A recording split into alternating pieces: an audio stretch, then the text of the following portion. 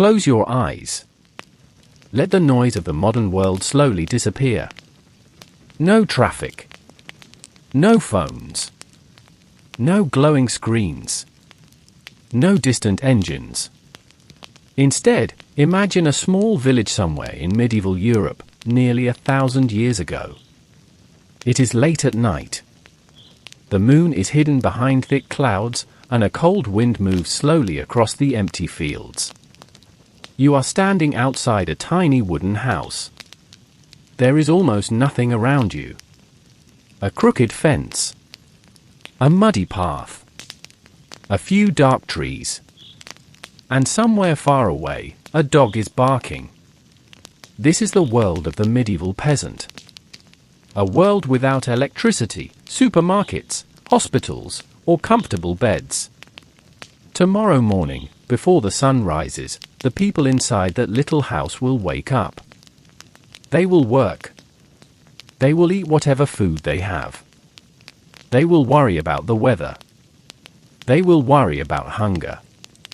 And when the sun disappears again, they will return to this same little house. But tonight, you don't have to work. You only have to listen. Imagine opening the wooden door. Inside, a small fire is slowly burning. The room is dark. The air smells of smoke, damp earth, and old wood. Somewhere beneath a rough blanket, a family is sleeping. They don't know that you are watching. They don't know that, 1,000 years later, someone would imagine their life just to fall asleep. The wind touches the roof. The fire quietly crackles. And slowly, the village becomes still. So take a slow breath. Let your shoulders relax. Tonight, we are going back in time. Back to a world where life was hard, simple, uncertain, and strangely quiet. Welcome to the miserable life of a medieval peasant. And for the next little while, there is nowhere else you need to be.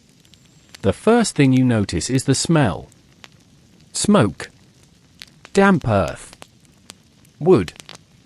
And something faintly sour from the animals living nearby. The house is extremely small. To a modern person, it might look more like a shed than a home. The walls are made from timber, mud, straw, or whatever materials were available nearby. There are no large windows. There are no electric lights. The floor beneath your feet is simply hard-packed earth. In the center of the room, a small fire is slowly burning. It is not large enough to warm the entire house. Its smoke drifts upward and escapes through an opening in the roof. Around the fire, several people are sleeping. Parents. Children. Perhaps an elderly relative. Sometimes animals are nearby too. A chicken may be sleeping in one corner. A pig may be kept close to the family. The boundaries between humans and animals are not as clear as they are today. Everyone shares the same cramped space because there is nowhere else to go. You look toward the sleeping family. Their faces are barely visible in the orange glow. They are exhausted. Tomorrow will begin early. Very early. And unlike you, they cannot simply decide to sleep until noon. Outside, the wind moves across the dark fields. Inside, the fire makes a quiet crackling sound. For a moment, everything feels strangely peaceful. But beneath that peace is a difficult truth. For these people, survival is never guaranteed. The food could run out. The crops could fail. Someone could become sick. And tomorrow could be harder than today. The fire becomes smaller. The room becomes darker. And the family continues sleeping, unaware that another difficult day is waiting for them. Long before alarm clocks existed, the sun itself was the clock. And this morning, the sun has not appeared yet. The village is completely dark. The fire inside the little house has almost gone out. Then comes the first sound. A rooster. One loud call. Then another. Slowly, the village begins to wake. Inside the little house, someone moves beneath a rough wool blanket. A child coughs softly. A woman reaches toward the ashes. She searches for a few remaining pieces of wood. There is no switch to turn on. No bright lamp. Only darkness. She places the wood onto the ashes and gently blows. A tiny orange glow appears. Then a flame. The room slowly becomes visible again. The day has begun. The man of the house sits up. His back already aches from yesterday's work. He does not have time to complain. There is work waiting outside. He pulls on his rough clothing. It is simple. It is uncomfortable. And it has probably been worn many times before. His shoes, if he has them, are made from basic leather. They are not designed for comfort. They are designed to survive. He steps outside. The cold morning air touches his face. The sky is slowly becoming grey. The fields are waiting. The animals are waiting. The village is waiting. The peasant takes one final look at the warm fire. Then he walks into the darkness. Another day has begun. Breakfast is not what you might imagine. There are no eggs and bacon waiting on a plate. No coffee. No cereal. No refrigerator filled with food. For many peasants, breakfast may simply be yesterday's bread. If there is bread. Perhaps a little porridge. Perhaps some watered-down ale. The food is plain because plain food is affordable. Grain is one of the most important things in medieval life. Wheat, barley, rye, and oats can become bread or porridge. They can keep people alive. But even grain is not guaranteed. A bad harvest can change everything. Too much rain. Too little rain. Insects. Crop disease. Any of these could turn an ordinary year into a frightening one. So the family eats carefully. There is no reason to waste anything. A piece of bread that falls onto the table may still be eaten. Old vegetables can become soup. Animal fat can be saved. Nothing is casually thrown away. The peasant takes a small piece of bread. He eats slowly. He knows another meal is still many hours away. Outside, the sky is becoming lighter. The sun will soon rise. And when it does, the real work begins. He finishes the last bite, stands up, and walks toward the door. The cold morning waits outside. So does the field. And somewhere beneath the soil, his family's future is already waiting. The fields stretch beyond the village like a giant brown blanket. In spring, they may be green.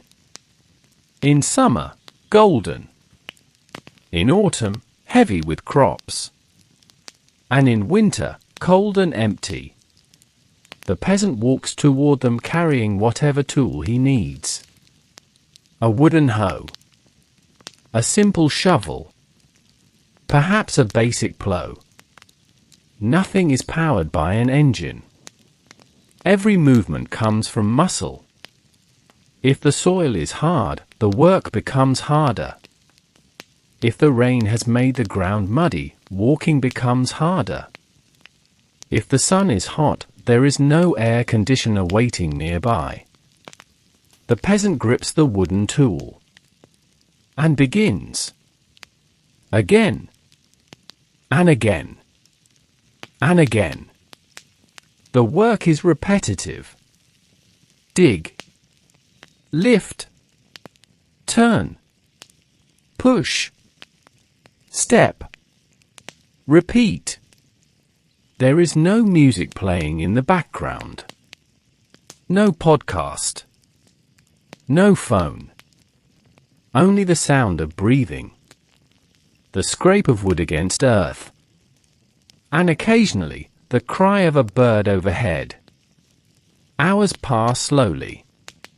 For a medieval peasant, time is measured differently. Not in minutes. Not in notifications. But in sunlight. In meals. In seasons. In how much work remains before darkness. The morning slowly becomes afternoon. His hands become dirty. His shoulders ache. And yet he continues. Because the field is not simply a workplace. It is survival. If the crops fail, the entire family suffers. So he keeps digging. He keeps lifting. He keeps walking. And the quiet field stretches endlessly before him. The medieval peasant does not usually control the world around him. The village may belong to a lord. The fields may be divided between different families. Some land may belong to the church. Some may be controlled by the lord. But almost everyone depends on the land. This creates a strange relationship. The peasant works the soil. He plants the seeds. He pulls the weeds. He harvests the grain. But a portion of what he produces may belong to someone else. Taxes and obligations can take different forms. Perhaps grain. Perhaps eggs. Perhaps animals. Perhaps labor. The exact system changes from place to place and century to century. But the basic reality remains. The peasant works because he has to. There is little room for simply choosing another career. You cannot open a website and apply for a new job. You cannot simply move across the country. You cannot decide that tomorrow you will become an accountant. Your life is strongly connected to the village where you were born. And if your parents were farmers, there is a good chance you will become one too. The field beneath your feet is therefore more than soil. It is your family's food, your children's future, your daily work, and sometimes, your greatest fear. The peasant looks across the field. The wind moves gently through the crops. For a moment, everything seems peaceful. Then he remembers the weather, the harvest, the taxes, and he begins working again. By midday, the village is fully awake. Smoke rises from several roofs. People move along muddy paths. Children carry small containers. Women prepare food. Men return briefly from the fields. Animals wander between buildings. The village is not silent. But it is not loud in the modern sense either. There are no cars. No machines. No airplanes passing overhead. Most sounds come directly from people, animals, and nature. A hammer strikes wood. A donkey makes a strange cry. Someone calls to a child. A dog barks. Wind moves through the trees. For a moment, the village almost feels peaceful. But peace does not mean comfort. The streets are muddy. Waste may collect near homes. Clean water is not always nearby. Illness can spread quickly. And personal space is almost non-existent. Still, this is home. People know each other. They know which family lives in which house. They know who has recently married. Who has lost someone. Who has had a successful harvest. Who is sick. Who owes someone money? The village is a small world. Everyone is connected. And because everyone is connected, everyone knows when something goes wrong. The medieval village may look simple from a distance. But inside it are hundreds of lives. Hundreds of stories. Hundreds of small worries. And tonight, when the sun disappears, all of those people will return to their little homes, just as they have done for generations. One of the simplest things in modern life can become a daily chore here. Water. Today, you turn a handle. Water appears. In the medieval village, someone must collect it. A woman or child may walk to a well. Perhaps the well is close. Perhaps it is several minutes away. The container is heavy. The journey must be repeated. Again. And again. Water is needed for drinking, cooking, cleaning, animals, and many other tasks. But water can also carry danger. If a source becomes contaminated, sickness may spread. People do not understand germs in the modern scientific sense. They do not know about bacteria and viruses as we do. They simply know that sometimes people become sick. Sometimes many people become sick. And sometimes people die. This uncertainty is one of the hardest parts of medieval life. You can be careful. You can eat carefully. You can keep your home clean. And still become ill. There is no modern emergency room waiting nearby. No ambulance arriving within minutes. No pharmacy around the corner. The medieval world can be beautiful. But it is fragile. A simple illness can change an entire family. The woman carries the water back toward the house. The bucket feels heavier with every step. She reaches the door, puts it down, and begins the next task. There is always another task. After hours of work, the peasant finally stops. Not for long. Perhaps only a few minutes. He sits beneath the shade of a tree. His hands are tired. His clothes are dusty. His stomach is beginning to feel empty again. He takes a drink. Maybe he eats a small piece of bread. Around him, the field continues to move. The wind passes through the crops. A bird lands nearby. For these few minutes, nothing is demanded of him. He looks across the land. There is something beautiful about it. The green fields. The distant trees. The quiet sky. If you remove the hunger, the fear, the physical pain, the scene might feel peaceful. This is one of the strange contradictions of medieval life. People could live very hard lives while being surrounded by natural beauty. They saw the sunrise every morning. They watched the seasons change. They knew the sounds of birds. They knew the smell of rain. They knew the darkness of a sky without electric lights. Perhaps the medieval peasant did not think of nature as something special. It was simply life. He finishes his bread. He takes one slow breath.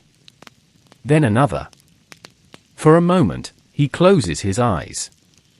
The wind passes over his face. The world becomes quiet. But the rest cannot last. He opens his eyes. The field is still waiting. Slowly, he stands. And begins working again. The afternoon feels longer. The sun is higher now. The work becomes more tiring. The same movements continue. Dig. Lift. Carry. Push. Walk. Return. Repeat. A medieval peasant may spend enormous amounts of time performing physical labor. There are no shortcuts for most tasks. If the field needs to be prepared, someone must prepare it. If the grain needs to be harvested, someone must harvest it. If firewood is needed, someone must collect it. If food needs to be preserved, someone must do that too. Everyday life contains hundreds of small tasks. None of them seem dramatic. But together, they consume almost the entire day. This is perhaps one of the biggest differences between medieval life and modern life. Today, many invisible systems work for us. Machines wash clothes. Trucks move food. Electricity provides light. Refrigerators preserve food. Factories produce tools. The medieval peasant has none of this. His hands are the machines. His animals are the engines. His village is the supply chain. And the weather is the unpredictable boss. The sun slowly begins to move toward the horizon. Shadows become longer. The peasant looks toward the village. There is still work left. But evening is coming. Soon, he will walk home. Soon, there will be food. Soon, there will be fire. And eventually, sleep. But before the day can end, there are still several hours of work remaining. A medieval farmer watches the sky carefully. More carefully than most people today ever need to. Clouds matter. Wind matters. Rain matters. Even the color of the morning sky can become something worth noticing. There is a reason for this. The farmer cannot control the weather. He cannot turn on an irrigation system when the rain refuses to come. He cannot check a weather application and know exactly what tomorrow will bring. He can only look upward and hope. Too much rain can destroy crops. Too little rain can destroy crops. A sudden storm can flatten a field within minutes. A cold spring can delay planting. A harsh winter can kill animals. And a long period of wet weather can make the roads almost impossible to use. Imagine spending months preparing a field. You have planted the seeds. You have worked the soil. You have pulled weeds. You have waited. And then, one afternoon, dark clouds gather above the village. The wind becomes stronger. The rain begins. At first, the farmer may feel relieved. Rain is good. The crops need it. But then the rain continues. And continues. The ground becomes soaked. Water collects between the rows. The river begins to rise. The farmer looks across the field. The same rain that seemed like a blessing yesterday now feels like a threat. This is why medieval life can feel so uncertain. Nature is not simply beautiful. Nature decides whether you eat. When the rain finally stops, the farmer walks outside. The air smells fresh. Water drips from the trees. The fields shine beneath the gray sky. He looks at the crops carefully. Some are still standing. Some are damaged. He cannot know what the final harvest will bring. So he simply waits. And hopes. Not far from the village stands something different. A manor. Perhaps a strong wooden building. Perhaps a stone structure surrounded by walls. It belongs to the local lord. The lord lives differently from the peasant. His food may be better. His clothing may be finer. His home may have stronger walls. He may own horses, servants, weapons, and large amounts of land. The peasant may never become wealthy enough to live like that. But the lord's world is not completely separate from the village. The village supports it. Food comes from the land. Labor comes from people. Taxes and obligations provide resources. The exact relationship between peasants and lords could vary greatly depending on the place and period. It was not always as simple as a cruel lord and a helpless peasant.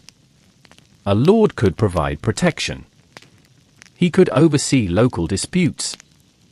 He could maintain authority in the area. But the difference in power was enormous. The peasant could not simply ignore his obligations. If certain work was required, he might have to perform it. If payments were due, they had to be made. And if there was a dispute, the Lord's authority could matter greatly. Imagine standing in the field and looking toward the manor. From here, it may seem peaceful. Smoke rises from its roof. A horse moves near the entrance. People come and go. But for the peasant, the building represents something much larger. It represents the structure of his entire world.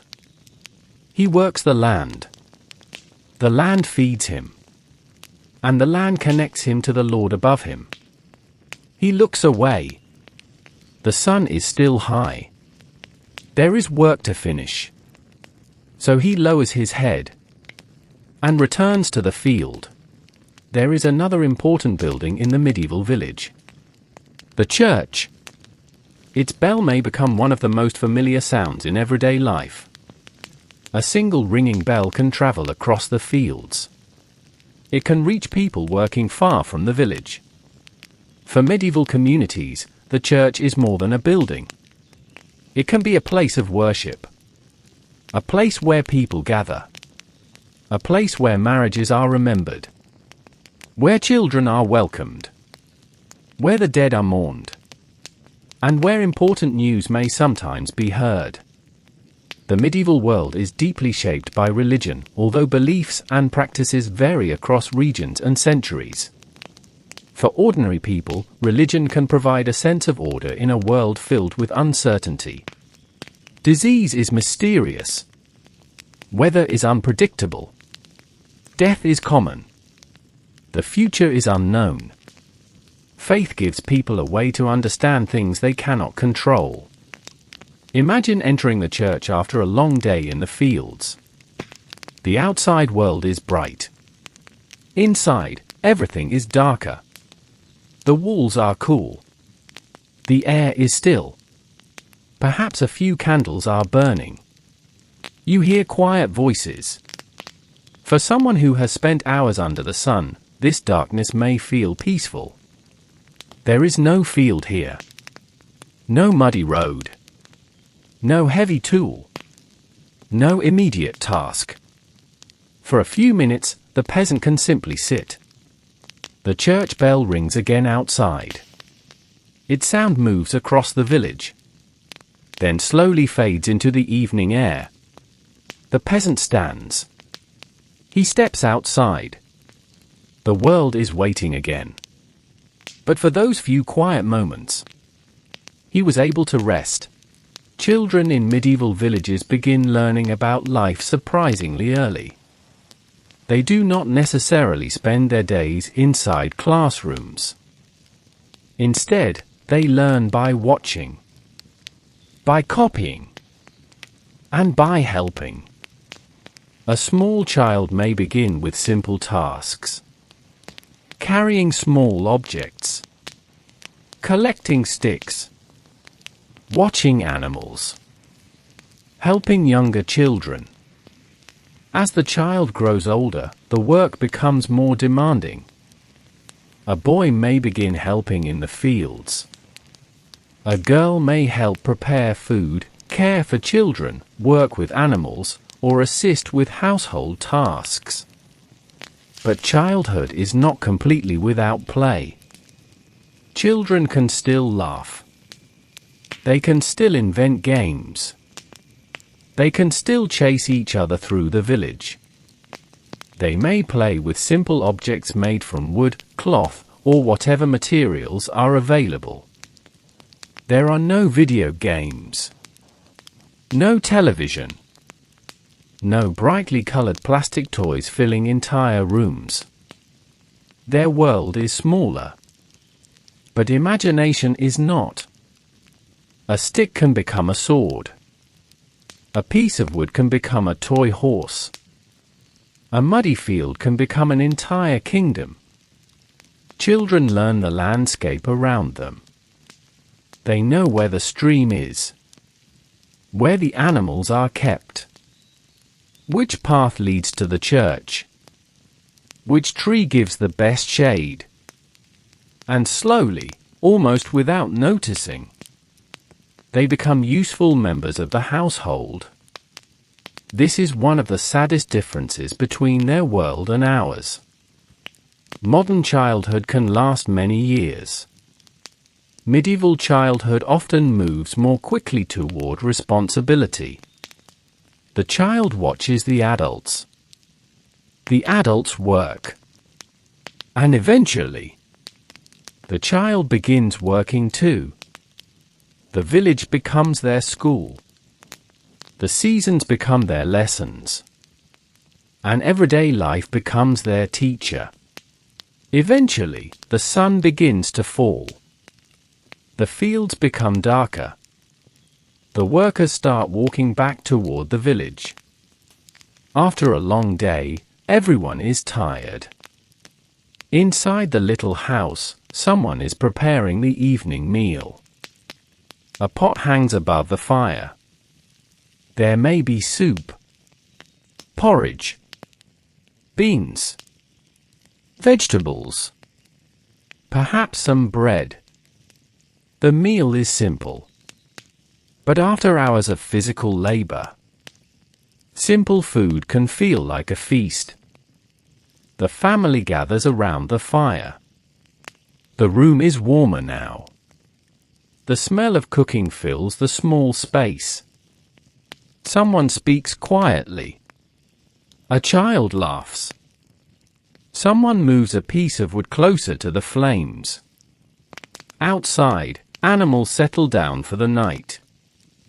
For a few minutes, the day's worries become quieter. The family eats slowly. There is no television playing in the corner. No phone sitting beside the plate. No stream of notifications. Conversation is the entertainment. Stories are the entertainment. The fire itself is something to watch. Perhaps someone talks about the weather. Perhaps someone mentions a neighbor. Perhaps an older person tells a story that everyone has heard many times before. Nobody rushes away. The darkness outside creates a natural boundary around the evening. Soon, the food is gone. The bowls are cleared. The fire is adjusted. The children begin to become sleepy. One by one, the voices grow quieter. The long day is finally ending. The peasant looks toward the fire. Tomorrow, the work will begin again. But tonight, his family is together. The roof is above them. There is food in their stomachs. There is warmth in the room. For one quiet evening. That is enough. After sunset, darkness becomes real. Not the darkness of a modern room where a tiny electronic light is still glowing somewhere nearby. Real darkness. Outside the house, the village slowly disappears. The fields become invisible. The roads become difficult to see. Trees become black shapes against the night sky. Inside, the family depends on the fire. Candles may exist, but they are not something to waste carelessly. Light costs resources. So darkness is normal. People become used to it. They know their houses. They know where the furniture is. They know how to move around without seeing much. The night belongs to animals. To wind. To rain. To distant sounds. And sometimes, to fear. A medieval person knows that the darkness can hide things. A wild animal. A thief. A stranger. Or simply something unknown. But eventually the fear becomes familiar. The fire burns lower. Someone yawns. A child falls asleep. An adult pulls a blanket closer. The room becomes quieter. Outside, the wind moves across the roof. A dog barks once. Then everything becomes still again. There is something strangely peaceful about this kind of night. No artificial city lights. No headlights passing through windows. No constant electronic noise. Just darkness. And the slow breathing of sleeping people. The peasant closes his eyes. Tomorrow will come. But not yet. For now, the village sleeps beneath the enormous night sky. And for a few hours, nothing is required. The bed is not a modern mattress. It may be a simple wooden frame covered with straw. Perhaps there is rough fabric on top. Perhaps there is only a blanket between the body and the hard surface. To a modern person, it might seem uncomfortable. But after an entire day of physical labor, almost anything can feel comfortable. The family may sleep close together. There is warmth in numbers. The house is cold. The walls are thin. Wind can enter through small gaps. The fire is slowly disappearing. Someone pulls the blanket closer. You can almost imagine lying there. The rough texture beneath you. The smell of smoke in the room. The faint warmth of the dying fire. The sound of someone breathing nearby. There are no alarms. No messages waiting. No bright screen. Only darkness. And perhaps that darkness feels strangely gentle. For the medieval peasant, sleep is precious. The body needs to recover. Hands need rest. Feet need rest. The back needs rest. Tomorrow will demand everything again. So tonight, the body finally becomes still. The peasant turns slightly. The straw beneath him makes a quiet sound. Outside, the wind passes over the fields. A distant animal makes a soft noise. Then silence returns. The fire becomes smaller. The room becomes colder. But the family remains asleep. For a few hours, the difficult world outside can wait. The fields can wait. The Lord can wait. The harvest can wait. Tomorrow can wait. Tonight, there is only sleep. Part 18. Hunger. One of the greatest fears of medieval life is hunger. Not simply the feeling of missing lunch. Something much deeper. The fear that food might not be available tomorrow. A family can work extremely hard and still struggle. If the harvest is poor, grain becomes scarce. If animals die, milk and meat become harder to obtain. If stored food spoils, winter becomes frightening. This means that medieval peasants think about food constantly. How much remains? How much must be saved? How much can be traded? How much can the family afford to eat today? A successful harvest brings relief. A poor harvest brings fear. The months before the next harvest can be especially difficult. The previous year's supplies slowly become smaller. The new crops are still growing. The storage room becomes more important every week. Imagine opening a wooden container and looking inside. You see grain. But there is less than before. You know exactly how many mouths need to eat. You know that winter is approaching. You cannot drive to a supermarket. You cannot order food online. You cannot simply buy another bag tomorrow. You must depend on what you have. That kind of uncertainty would shape almost every decision. A piece of bread would have real value. a handful of grain would have real value. Even a small amount of wasted food could matter. The peasant closes the container. He walks away. Outside, the fields are quiet. The next harvest is still months away. And once again, he can only hope. Winter changes everything. The fields become quiet. The days become shorter.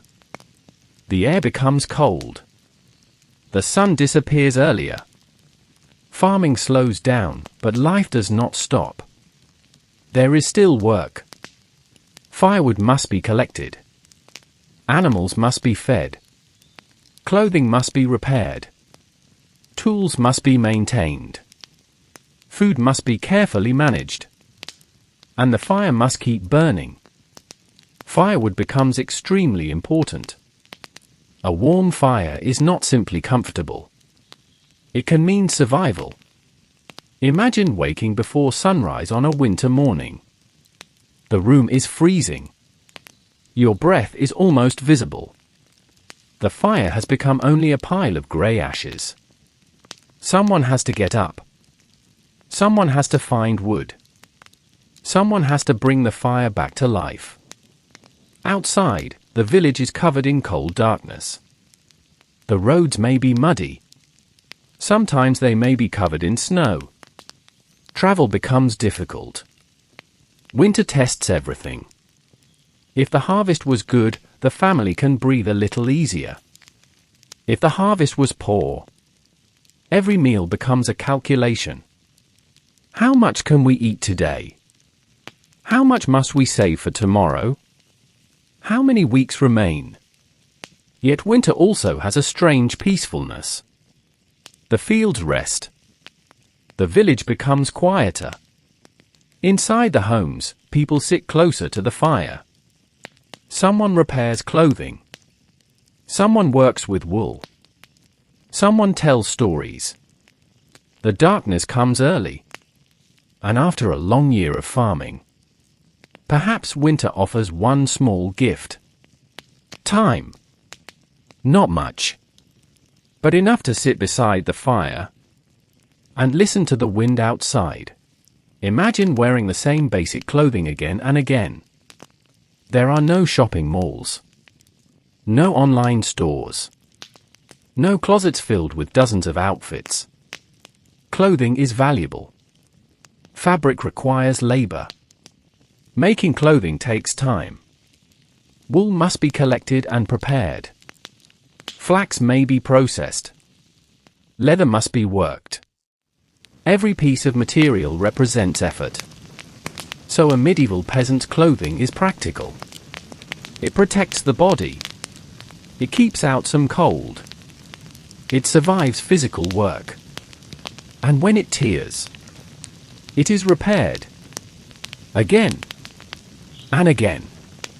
A small hole does not mean throwing the clothing away.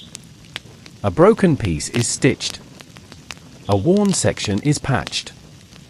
A damaged garment may be passed from one person to another. Perhaps an older brother grows out of something. A younger child eventually wears it. Nothing is casually wasted. This is one of the biggest differences between medieval life and modern consumer culture. Today, a person might buy something simply because they like its appearance. The medieval peasant thinks differently. Will it last? Will it keep me warm? Can I repair it? Can someone else use it later? Every object has value. Even when clothing becomes too damaged to wear, the material may still have another purpose. A piece of cloth can become a rag. A rag can be used for another task. The cycle continues. The peasant looks down at his worn sleeve. The fabric is rough. The color has faded. There are several patches. But it has survived another season. And for now, that is what matters.